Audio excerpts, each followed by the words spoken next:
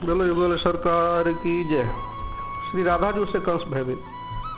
कंस ने व्योमासुर का वध सुना और राधा चंद्रावली सहित 8 शक्ति ब्रज में है पता चला। राधा कृष्ण चंद्रावली कृष्ण का नाम तो सुनता ही रहता था। एक बार किसी को राज बताए बिना कुछ सैनिकों को लेकर कंस वृंदावन गया और चोरी से इधर उधर घूमता श्री कृष्ण और 8 शक्तियों को ढूंढने लगा। कुछ सखियों से कंस ने पूछा, नंदराय का पुत्र श्री कृष्ण कौन से वन में मिलेगा? राधा चंद्रावली कहाँ रहती है? सखियों ने उत्तर दिया, हमें नहीं पता। सखियां बरसाने की थी, तुरंत राधा जी को खबर देने पहुंची। राधा जी को पता चलते ही सखियों के संग निकल पड़ी। कंस गोवर्धन के पास घूम रहा था। एक साथ इतनी सखियों को देख के कंस ने राधा जी से भी पूछा, कृष्ण कहाँ मिलेगा? राधा जी ने कहा, कृष्ण को सब नहीं देख सकते, जो इस कुंड में स्नान करे डुबकी लगाए उसे दिखता है। तुम्हें मिलना हो तो डुबकी लगाओ सैनिकों से। कंस ने सोचा, डुबकी लगाने से कृष्ण मिलता है तो इससे आसान उपाय कुछ नहीं है। राधा जी की बात में आ गया। कंस और सैनिकों ने कुसुम सरोवर में डुबकी लगाई और बाहर निकलते ही सबके सब स्त्री बन गए। कंस और सैनिक बड़े लज्जित हुए, अब इस वेश में मथुरा कैसे जाएं? राधा जी ने डांटा, कृष्ण को पकड़े आए थे, चलो हमारे महल पर। कंस और सैनिकों को अपने महल पे ले गई। वृषभानु बाबा और कीर्ति मैया से कहा, ये दूर गांव की गोपियां हैं, सेवा चाहती हैं, इसलिए यहाँ आई। फिर तो राधा जी और सखियों ने कंस के पास और उसके सैनिकों के पास बहुत काम करवाया, झाड़ू पोछा करवाया। और एक दिन राधा जी से कंस ने माफी मांगी, कृष्ण को ढूंढने कभी वृंदावन नहीं आऊंगा, फिर से पुरुष बना लो। राधा जी को दया आ गई और कुसुम सरोवर पर ले गई और डुबकी लगवाई। कंस व सैनिक पुनः पुरुषत्व में आ गए और भाग के सीधे मथुरा गए और फिर वृंदावन का नाम भी नहीं लिया। लेकिन यह बात कंस ने किसी को भी नहीं बताई। बोलो राधा रानी की जय। श्री कृष्ण का गोपाल बनने की जिद करना। एक दिन कृष्ण सोच रहे थे कि अब बछड़ा चराते तो बहुत दिन हो लिए, अब मैया से गाय चराने का मुहूर्त निकलवाऊंगा। अब गाय चराने सखा के संग जाया करूंगा। श्री कृष्ण 6 वर्ष के हुए, पौगंड अवस्था में प्रवेश किया। श्री कृष्ण कहते हैं, मैया मैया मैया। यशोदा कहती, क्या है लाला? कन्हैया कहते, मैया अब मैं गाय चराने जाया करूंगा, तो बाबा से कह दो मैं अब बड़ा हो गया हूं, अब नहीं डरूंगा। यशोदा कहती, अरे लाला तू कहाँ गाय चराने जाएगा? बात तो ठीक है, हमारे ग्वालों का तो रिवाज है गाय चराने का, परंतु लाला अभी तू छोटा है, बछड़ा ही चराया, मन में तू डरेगा। कन्हैया कहते, अरे मैया देख तू दही चावल माखन कमर पे बांध के भेज दिया करना, जब भूख लगेगी तब खा लिया करूंगा। अरे मैया बंसी बट पे कदम की छां में आनंद से खेला करूंगा। यशोदा कहती, तो लाल तेरे संग के सखा कौन कौन है? मैया कहती, मेरे सखा।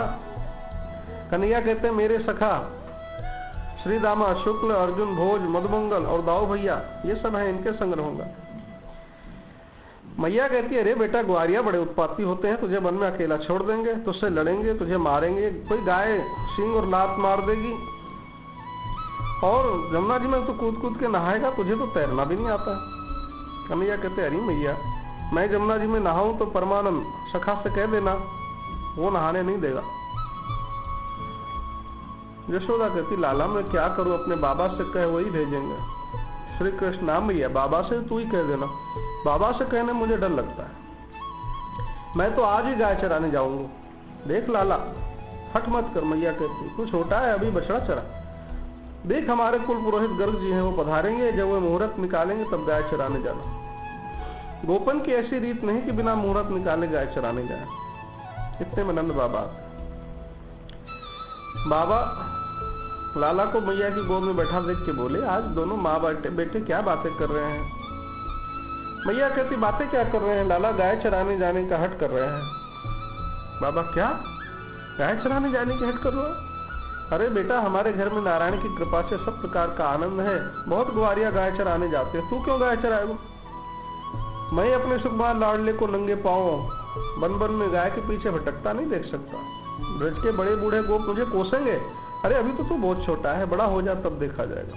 कन्हैया कहते, नहीं बाबा छोटो ना है, सबसे बड़ो हूँ। कह के एड़ी ऊंची कर करके उठा के बोले, देखो बाबा मैं छोटा कहाँ हूँ।